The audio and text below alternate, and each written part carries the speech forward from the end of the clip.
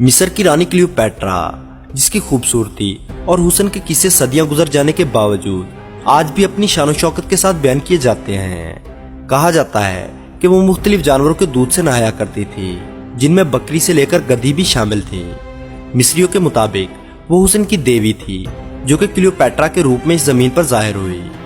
دلچسپ بات یہ ہے کہ اس نے بہت ہی چالاکی سے اپنے حسن کو سیاسی کامیابیاں حاصل کرنے کے لیے بے دریغ استعمال کیا۔ حسین و جمیل ہونے کے ساتھ ساتھ وہ بے وفائی اور بے حیائی کی ایک تصویر بھی تھی۔ کہا جاتا ہے کہ کلیوپیٹرا کا تعلق مصر سے تھا، لیکن ایسا بالکل نہیں تھا، بلکہ کلیوپیٹرا کے جد امجد حقیقت میں یونانی تھے اور سکندر اعظم کی فوج میں ایک جرنیل تھے۔ سکندر اعظم نے مصر کو فتح کرنے کے بعد مصر میں ایک شہر سکندرا کے نام سے بسایا اور یہاں اپنے جرنیل بطلیموس کو بحیثیت جرنیل مقرر کر دیا۔ سکندر اعظم کی موت کے بعد سکندر کا کوئی لائق جانشین موجود نہیں تھا، اس لیے اس کی فتح کی ہوئی تمام سلطنتیں اس کے جرنیلوں میں تقسیم ہو گئیں اور مصر بطلیموس کے حصے میں آیا، اور پھر شروعات ہوئی مصر پر بطلیموس حکمرانی کے دور کی۔ بطلیموسی حکمران شروع میں بہت ہی قابل اور ترقی پسند تھے، اس لیے انہوں نے سکندرا کو یورپ اور ایشیا کے بڑے بڑے شہروں کی صف میں لا کھڑا کیا۔ یہ شہر مصر میں ہوتے ہوئے بھی یونانی طرز و تعمیر کا ایک شاہکار نمونہ تھا۔ وہ مصر پر حکومت ضرور کرتے تھے، لیکن ان کا طرز زندگی یونانی ہی تھا۔ لیکن بعد میں آنے والے بطلیموسی حکمران اول درجے کے عیاش، شرابی اور آرام پسند واقع ہوئے۔ اس دور میں روم دنیا کی سپر پاور کی حیثیت رکھتا تھا اور اس کا اثر و رسوخ دنیا کے تمام ممالک پر تھا، اس لیے بطلیموسی حکمران رومی افواج کو رشوت دے کر اپنے ملک پر حملہ کرنے سے باز رکھتے اور اپنی عیاشیوں میں ڈوبے رہتے۔ مورخین کے مطابق کلیوپیٹرا کا باپ بطلیموس 12 بھی اپنی موت کے وقت سلطنت روم کے قرضے تلے دبا ہوا تھا۔ بطلیموس کی موت کے بعد اس کی سب سے بڑی بیٹی اور اس کا چھوٹا بیٹا بطلیموس 13 تخت حکمرانی کے مشترکہ وارث ٹھہرے۔ اس وجہ سے ان دونوں بہن بھائی کی شادی کر دی گئی۔ دوستو، بہن سے بھائی کی شادی قدیم مصریوں کا رواج تھا۔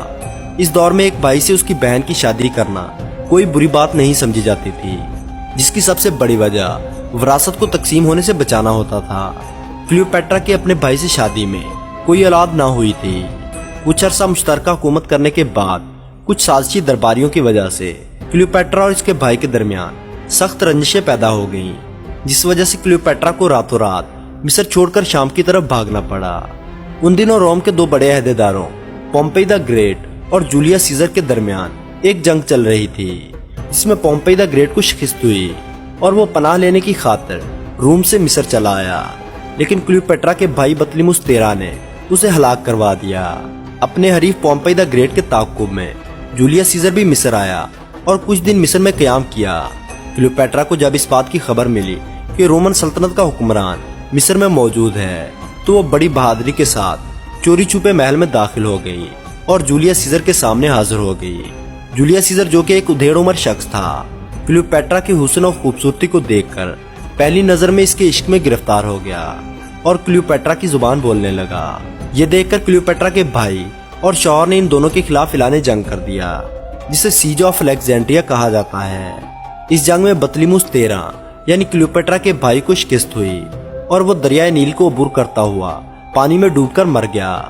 بطلیموس 13 کی موت کے بعد کلیوپیٹرا مصر کی ملکہ بن گئی، لیکن اسے اپنے خاندانی رسم و رواج کے مطابق حکومت کرنے کے لیے اپنے سب سے چھوٹے بھائی بطلیموس 14 سے شادی کرنی پڑی۔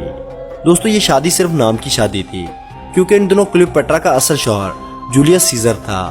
جولیس سیزر کو کلیوپیٹرا اتنی پسند آئی کہ اس نے کلیوپیٹرا کے ساتھ رہنے کے لیے پوری سلطنت روم کو اپنے جرنیل مارک انٹونی کے حوالے کر دیا اور خود دن رات کلیوپیٹرا کے ساتھ عیاشیوں میں مشغول ہو گیا۔ جولیس سیزر کلیوپیٹرا کے حسن کا اس قدر دیوانہ ہو گیا تھا کہ وہ اسے مصر کی ہی نہیں بلکہ پوری سلطنت روم کی رانی بنانا چاہتا تھا۔ ان عیاشیوں کے سبب سیزر کے ایک بیٹے کی پیدائش ہوئی، جس کا نام کیزیرین رکھا گیا۔ سیزر تقریباً 2 برس کلیوپیٹرا کے ساتھ رہنے کے بعد کچھ بغاوتوں کو کچلنے کے لیے دوبارہ روم روانہ ہوا۔ سیزر کے جاتے ہی کلیوپیٹرا کے چھوٹے بھائی، جو اس کا شوہر بھی تھا، اس نے کلیوپیٹرا کی چھوٹی بہن کے ساتھ مل کر کلیوپیٹرا کے خلاف سازش کرنا شروع کی۔ اس سے پہلے کہ وہ اپنی سازشوں میں کامیاب ہوتے، کلیوپیٹرا نے ان دونوں کو زہر دے کر مار دیا۔ اب وہ اس دنیا میں بطلیموس خاندان کی وہ واحد فرد تھی۔ کچھ عرصے بعد سیزر کی فتوحات کے جشن میں